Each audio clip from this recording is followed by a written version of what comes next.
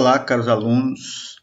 Mais uma vez é prazer estar aqui com vocês. Espero que estejam todos bem.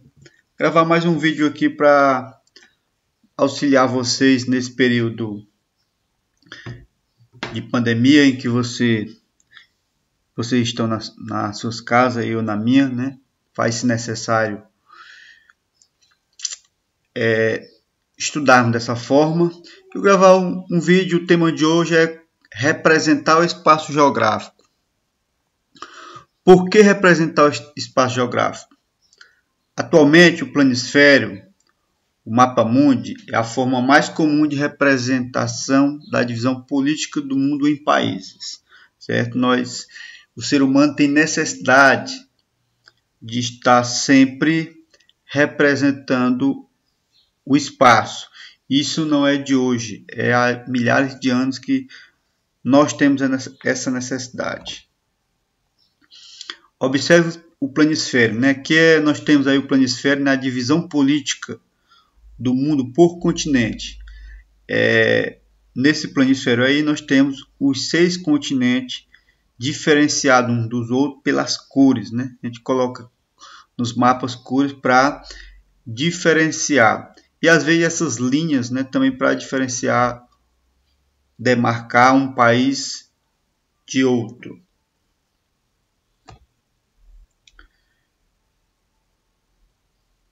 No passado, as representações do planeta Terra e dos lugares de vivência eram bem diferentes. Os seres humanos começaram a representar o espaço geográfico ainda na pré-história. Como eu falei, o ser humano sempre teve a necessidade de fazer essas representações do lugar onde viviam.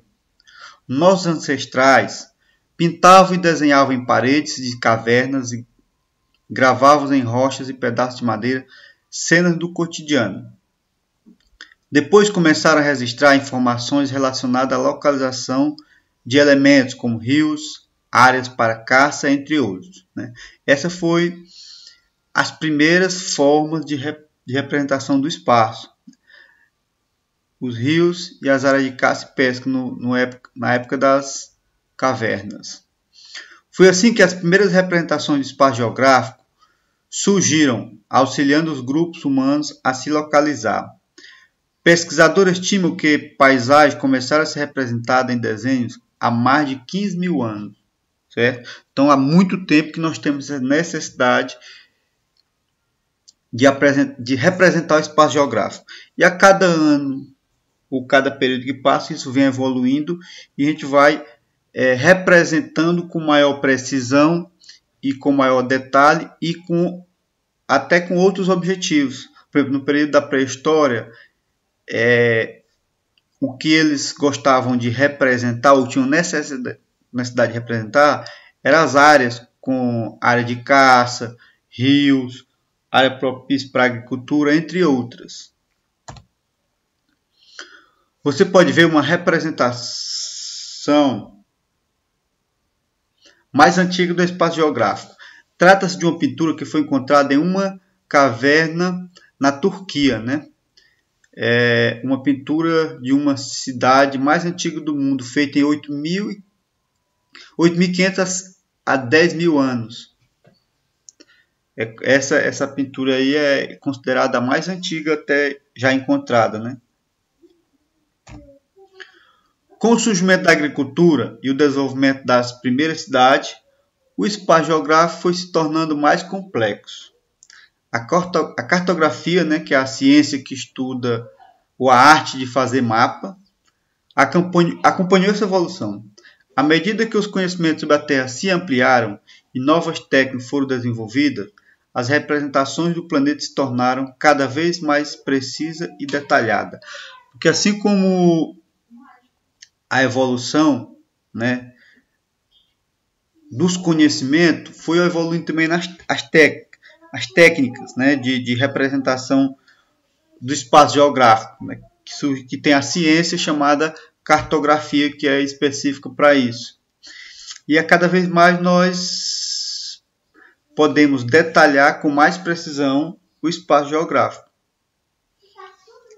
Essas representações passaram a indicar a localização de lugares, caminhos percorridos, áreas para plantar e criar animais, rota de comércio, etc. Depois tornaram-se instrumentos indispensáveis para navegadores e viajantes e para a demarcação do território. Atualmente, além das funções de localização, pessoal, os mapas são utilizados também para planejar o desenvolvimento das cidades, mostrar a distribuição das pessoas e dos recursos naturais, representar dados sobre a economia, clima,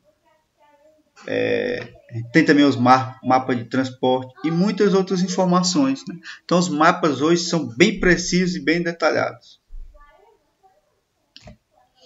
Cartografia moderna, né? Que é o período que a gente está hoje, né? Até o início do século XX, seria impossível obter uma imagem semelhante a essa, né? A essa aqui, no caso, não tem a imagem, mas as imagens que nós temos hoje, né? As fotografias dos mapas eram elaborados com base em observações e medições realizadas por fotógrafo, técnicos e cartógrafos, diretamente na superfície terrestre. O desenvolvimento de novas tecnologias nas áreas espaciais, de aviação e de informática tornou possível a obtenção de imagens do planeta Terra vista do alto, que passaram a ser utilizadas nas produções de mapas bastante precisos. Certo, pessoal? Então, porque assim, nós conseguimos fazer um tipo de imagem com fotógrafos, né, realizando o trabalho diretamente na superfície. Com a evolução da área espacial e da informática, foi possível imagem aérea. Então, conseguiu obter imagem com mais detalhe. Imagem de satélite. Os satélites são equipamentos que permanecem na órbita terrestre para captar dados e enviá-los a estações receptoras na Terra. As imagens geradas são gravadas e armazenadas para depois serem tratadas em computador. As informações e imagens coletadas pelo satélite contribuem para o estudo da vegetação, das águas e dos outros elementos naturais da superfície terrestre. Planejamento e organização do espaço geográfico. Previsões meteorológicas, monitoramento de área de conflito, transmissão de chamadas telefônicas e de programação de televisão e rádio, entre outros fins, né? Então, você consegue ter um mapeamento, um detalhamento de uma determinada área do planeta. Aí a imagem de um satélite, né? Os satélites também são utilizados para localizar com precisão pontos na superfície terrestre por meio do sistema de posicionamento global, que é o GPS, né? Que é também através do satélite que você tem esse posicionamento. E até um tempo atrás, um GPS era um equipamento raro e caro, né? Só para profissionais da área. Hoje qualquer pessoa tem um GPS no telefone, né? Que você pode enviar sua localização para qualquer pessoa. Isso auxilia até, por exemplo, na procura de um endereço na cidade. Você está em um local e a pessoa está na outra. Você só compartilha o endereço hoje pelo WhatsApp, né? E a pessoa entra através do link lá, você entra no Google Maps e ele vai levar até o destino. Então, com a evolução da tecnologia, isso facilitou.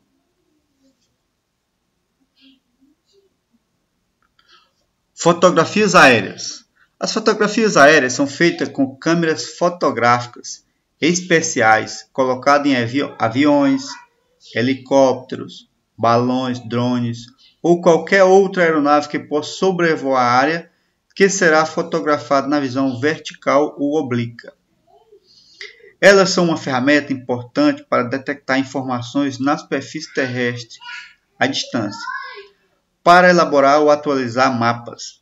Essas informações devem ser interpretadas por especialistas.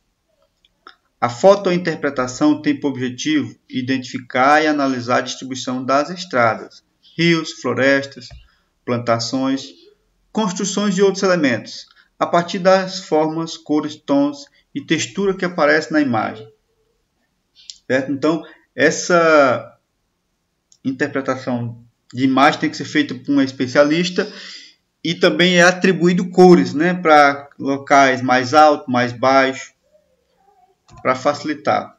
Ó, as primeiras fotografias aéreas, pessoal, foram feitas no final do século XIX, com câmeras acopladas em balões e depois em pombas. Atualmente, aviões e drones são aeronaves muito utilizadas para captar a imagem aérea da superfície terrestre, né? Porque aí você, por exemplo, você colocar a imagem em uma pomba, você não tem a precisão que você tem num drone ou na aeronave, porque você vai direcionar a câmera para um determinado ponto específico. Mas na época, no século XIX, já era uma evolução você ter uma imagem aérea. Como são feitos os mapas atualmente? O desenvolvimento de novas técnicas permite a confecção de mapas precisos e acessíveis a todos. Podemos também criar nossos próprios mapas, acrescentando informações às bases disponíveis online, né? Hoje, com o advento também da internet, isso você pode facilitar até com as informações online. Do 3D para o mapa, hoje nós já temos tecnologia 3D. Para fazer um mapa, os cartógrafos se deparam com um grande desafio: reproduzir a superfície terrestre que tem a forma aproximada de uma esfera em uma superfície plana. Pessoal, esta é a parte mais complicada. Representar um objeto que tem dimensões em uma superfície com duas, né? Porque no mapa você só é, como é que diz? Só tem duas dimensões, então é bidimensional, né? E o planeta Terra é em 3D, tridimensional, e ainda em forma de esfera. E no mapa você tem que colocar ele na forma plana. Então esse é um desafio, porque quando você, por exemplo, vamos ver aqui, para entender melhor essa dificuldade, vou usar aqui um exemplo corriqueiro do dia a dia, né? Você já tentou descascar uma laranja e esticar a casca em uma só peça, de forma que ela não ficasse deformada em pedaços? Complicado, não é? Difícil. Para representar a superfície em um mapa, o problema é semelhante. Assim, não importa a forma como a superfície terrestre é esticada, né? Porque assim, a Terra ela é arredondada, ainda é um pouco achatada nos polos, né? Mas quando você vai representar no mapa, você vai ter que colocar em uma superfície plana. E aí quando você vai esticar, é porque a gente conhece o mapa sempre, o globo terrestre sempre de uma maneira que a gente viu, mas ali naquele mapa ele tem alguma deformação que não condiz com a realidade, porque é difícil uma superfície redonda se transformar numa superfície plana. Em um plano, ele sempre será representado com quebras, dobras e outras deformações. Para projetar a superfície terrestre em um plano, os cartógrafos utilizam uma técnica chamada projeção cartográfica. Existem diversos tipos de projeções cartográficas. Cada projeção de forma determinados aspectos do planeta e mantém outros, e todas estão corretas. A escolha da projeção depende do uso que será feito do mapa ou do que o cartógrafo quer destacar.